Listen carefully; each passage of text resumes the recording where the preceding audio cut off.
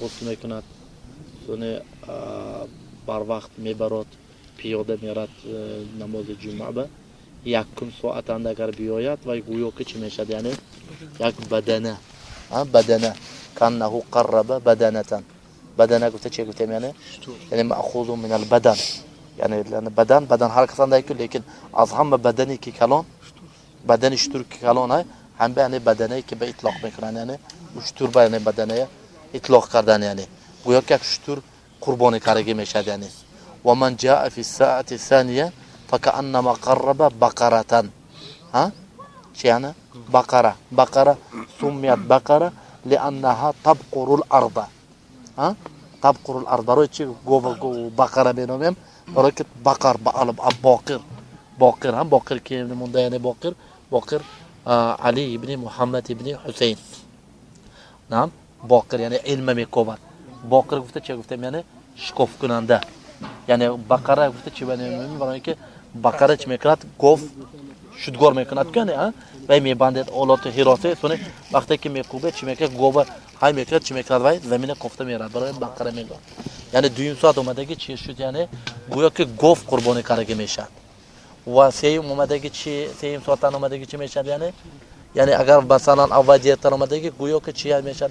قرب خروف گوسفند میشد یعنی چهارم اومدگی چی میشد یعنی دجاج مرغ پنجم اومدگی تخم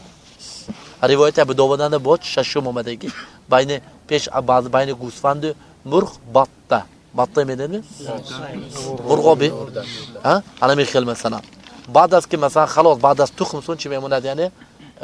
امام منبر به میبرد وقتی که بعد از امام منبر به بر اومدن خلاص فرشته ها چیکار میکنن یعنی صفوفایش چه کتاباشون میپوشند ها رفته سونی چه تاگه منبر به یعنی امام گوش میکنن یعنی ها یستمعون ماذا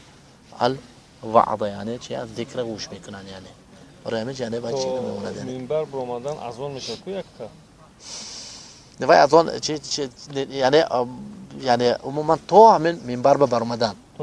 همین اذان چه اومدگی یعنی انسان میرد یعنی بعد از که منبر به که مؤذن امام بر اومد خلاص فرشته ها کتابای میپوشن این بهش خیلی اجر نمیشه دیگه